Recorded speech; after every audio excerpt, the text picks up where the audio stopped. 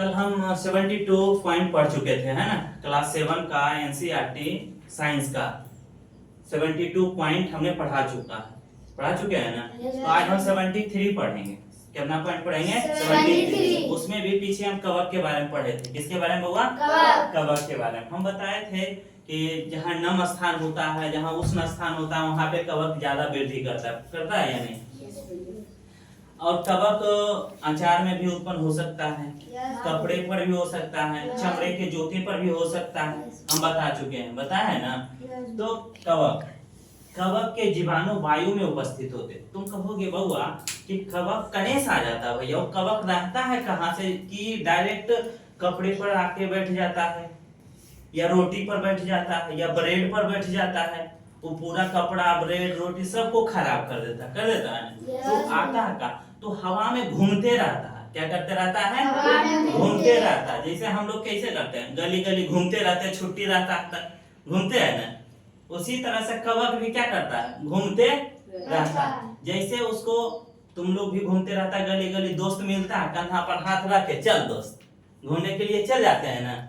उसी तरह से कवक घूमते रहता है। जैसे उसको थोड़ा सा नमी मिलता है, क्या मिलता है? नमी मिलता है। तो उसको मिल गया दोस्त। क्या मिल गया? दोस्त। जैसे मिल गया दोस्त तो वहां पे क्या हो जाता है? आराम करने लगता है। क्या करता है?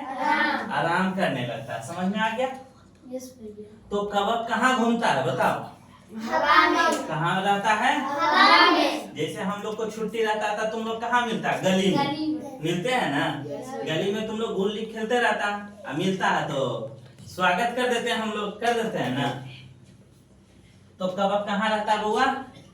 हवा में रहता है। कहाँ रहता है? हवा में। कब पूछेगा कवक के जीवाणु कहाँ रहता है? हवा में। जैसे उसको नमी मिलता है वो क्या हो जाता है? वहाँ पे बैठ जाता है। क्या करता है? बैठ जाता। उसके बाद वो क्या करेगा?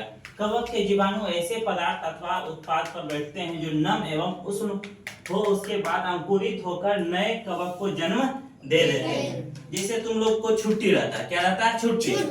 घूमता है, तुम्हारा एक दोस्त मिल गया। क्या मिल गया? दोस्त मिल गया। वो दोस्त अकेले नहीं है, वो दोस्त के साथ है। वो क्या है? दोस्त के साथ। तब जब तुम अपना दोस्त से मिला तो वो उसका दोस्त है, तो फिर तीनों आपस में दोस्त बन जाता है ना। उसी तरह से कवक भी क्या है? नम स्थान पे बैठा, नम स्थान पे बैठता है ना, तो उसका तो दोस्त मिल गया, नमी मिल गया ना। नमी मिल जाता है तो अपना क्या कर देता है? अपना जनसंख्या क्या करता है? वृद्धि करना शुरू कर देता है। क्या करता है? हाँ, तो वृद्धि करना शुरू कर देता है। इसी वजह से देखेगा कि पहले रोटी पर देखेगा थोड़ा सा खराब होगा, रोटी होगा ना, रोटी पर थोड़ा सा धब्बा लगेगा, उसको और ज्यादा दिन छोड़ दोगे तो पूरे छाप लेता है ना। उसी तरह से अब आगे चलेंगे 75 पॉइंट पर। ठीक है। ऐसे जीव जो अपना आवास एवं पोषक तत्व एक दूसरे के साथ बांटते हैं उसे सहजीवी संबंध कहते हैं। सहजीवी संबंध। जैसे तुम लोग स्कूल जाते हो ना, लंच लेके जाता होगा तो देखता होगा कि लंच में क्या है, जिसका अगर भोजन बढ़िया आ रहा है, जिसका भोजन तो कहते हैं ना थोड़ा सा हमको भी दे दो, मेरा तुम ले लो, है ना। तो दोनों बांट चिट के खाते हैं। उसी तरह से ऐसे जीव जो अपना आवास और पोषक तत्व एक दूसरे के साथ बांटते हैं उसे क्या कहते हैं? सहजीवी संबंध।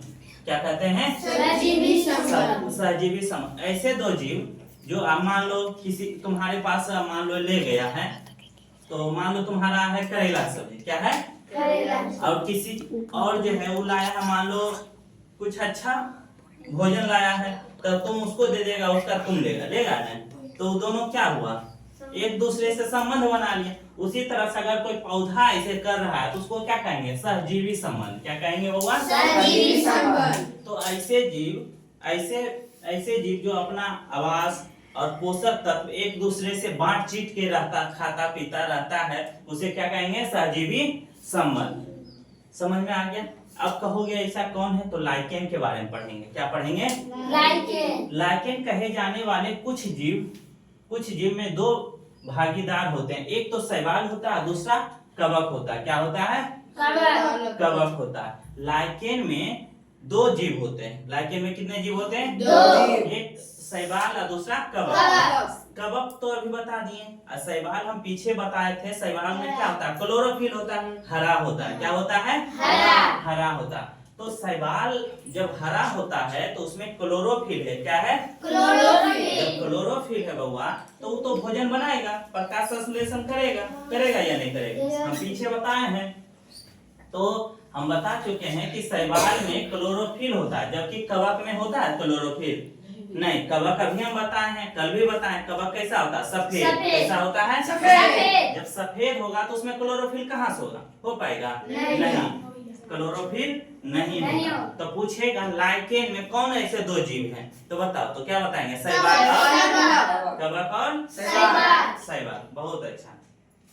कवक जो है शैवाल को रहने का स्थान, कवक जो है, कवक किसके बारे में पढ़ रहे हैं?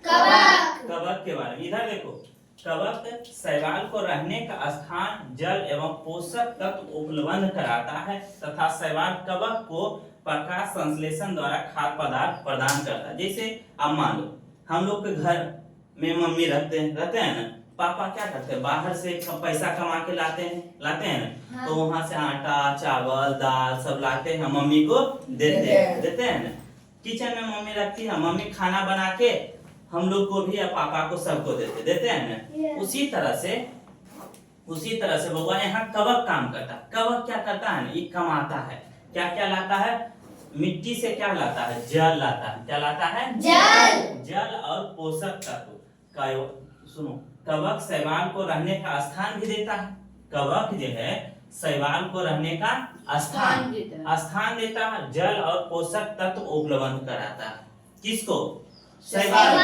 कौन करता है? कवक। जैसे मेरे पापा, मान लो मेरे पापा शादी किए थे ना, तो मम्मी को लाए थे ना घर में, या किसी का भी शादी होता तो लड़की को कहाँ लाते हैं? घर में लाते हैं ना। लाते हैं तो फिर हम लोग कमाने जाते हैं, तो कमा के लाते हैं पैसा उसा, तो मर मसाला सब कुछ लाते हैं ना बुआ। मर मसाला लाते हैं, चावल, आटा, दाल सब कुछ लाते हैं ना। कोई दिक्कत नहीं। उसी तरह से कवक जो है रहने का स्थान भी दे रहा, किसको? शैवाल को। कवक जो है रहने का स्थान भी दे रहा, किसको? शैवाल को। रहने का स्थान भी दे रहा, किसको? शैवाल को। और जल भी दे रहा और पोषक तत्व भी दे रहा है। ठीक है। अब तुम कहोगे शैवाल क्या कर रहा है? तो शैवाल क्या करेगा? वो कवक को प्रकाश संश्लेषण के द्वारा भोजन बनाएगा और कवक को भी दे देगा। जैसे मान लो मेरे पिताजी बाहर से सब सामान लाए, अब मम्मी खाना बना के किसको देगी? पापा को देंगे ना, वो अपने भी खाएंगे ना, और हम लोग को भी सबको खिलाएंगे। उसी तरह से कवक जो है रहने का स्थान भी दिया, जल भी दिया, पोषक तत्व दिया। और शैवाल का काम है क्या? सिर्फ प्रकाश संश्लेषण की मदद से भोजन बना लेना। क्या काम है? प्रकाश संश्लेषण की मदद से भोजन बना के और कवक को दे देना। ठीक है। अब आगे चलते हैं। उर्वरक और खाद में हम पीछे देखो, कवक के बारे में हम पढ़ लिए, शैवाल हम पीछे क्लास में पढ़े थे हम लोग। और उर्वरक, क्या? उर्वरक एवं खाद।